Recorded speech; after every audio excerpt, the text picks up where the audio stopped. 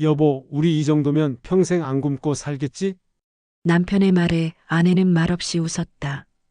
퇴직금과 적금, 주식 일부를 정리해 만든 10억. 서울의 아파트를 정리하고 조용한 지방 소도시로 이주해 새 삶을 시작했다.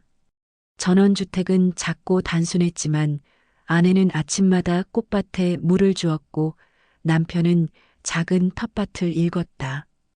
이웃들과 나누는 김치 몇 조각, 텃밭 무 한 움큼이 그렇게 정겨울 수 없었다. 하지만 은퇴란 말이 주는 평화는 오래가지 않았다. 첫 번째 균열은 둘째 딸의 이혼으로 시작됐다. 어린 손주를 안고 딸이 울며 찾아왔을 때 부부는 망설이지 않고 집 일부를 내주었다. 사위 없이 살아가는 딸과 손주를 위해 생활비 일부도 보탰다. 우리가 안 도우면 누가 도와?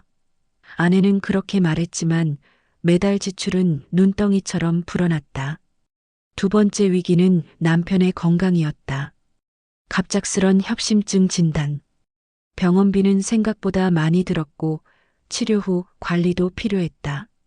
시골 병원은 한계가 있었고 도시에 있는 종합병원으로 자주 왕복했다. 차량 유지비와 병원비, 숙박비까지 예금 통장은 점점 비어갔다. 불안한 마음에 아내는 작은 사업을 시작해보자고 했다. 마을 입구에 커피랑 빵 파는 간이 카페 어때요?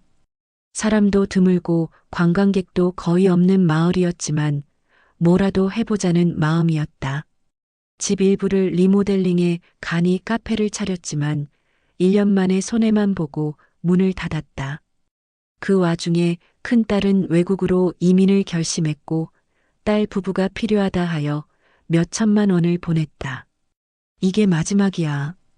이젠 우리도 여유 없어라고 했지만 마음 한구석엔 우린 아직 괜찮다는 미련이 남아 있었다. 그러나 괜찮지 않았다. 남편의 상태는 점점 나빠졌고 보험 혜택은 한계가 있었다. 결국 전원주택도 팔았다. 하지만 시골 주택은 생각보다 헐값이었다. 나간 돈에 비해 돌아온 돈은 절반 수준이었다. 그리고 그렇게 5해가 흘렀다. 어느 날 아내는 도시 외곽의 고시원 침대에 앉아 창밖을 바라봤다. 남편은 요양병원에 입원해 있고 아내는 매일 도시락 배달을 하며 생활비를 번다. 전에는 따뜻한 거실에서 함께 드라마를 보며 웃던 그들이 지금은 서로 다른 공간에서 하루하루를 버티고 있다. 이 모든 걸 누구 탓으로 돌릴 수 있을까? 자녀를 도운 것도 남편을 치료한 것도 작지만 꿈이었던 카페를 시도한 것도 모두 사랑에서 비롯된 선택이었다. 다만 그 사랑이 계산 없는 지출이었고 준비 없는 계획이었다는 점만이 아프게 남았다. 하지만 놀랍게도 아내는 후회하지 않는다고 말했다. 그때 안 도왔으면 마음이 더 아팠을 거예요. 대신 이젠 조금 다르게 살려 해요. 내가 먼저 살아야 또 누굴 도울 수 있잖아요. 이 말에 마음이 찡했다. 우리는 종종 가족을 위해 모든 걸 내어주지만 정작 자신을 돌보는 일에는 인색하죠. 특히 중장년이 되면 이제는 내가 희생해야 할 때라고 쉽게 믿곤 합니다.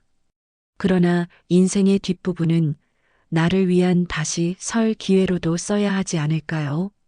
고시원 창문 너머로 햇살이 들이쳤다. 아내는 허리를 곧게 펴고 일어났다. 오늘도 도시락을 만들고 내일은 또 무엇을 할지 생각한다. 돈은 없어도 삶은 여전히 남아있고 의지는 아직 충분하다. 어쩌면 진짜 은퇴는 돈이 아니라 다시 일어설 의지를 잃을 때 시작되는지도 모릅니다. 그리고 이 부부처럼 그 의지를 품고 있는 한 우리도 계속 나아갈 수 있습니다. 다시 시작하는 모든 이들을 응원합니다. 그리고 이 글이 마음에 닿았다면 구독과 좋아요로 함께 해주세요. 당신의 따뜻한 관심이 다음 이야기를 만드는 힘이 됩니다.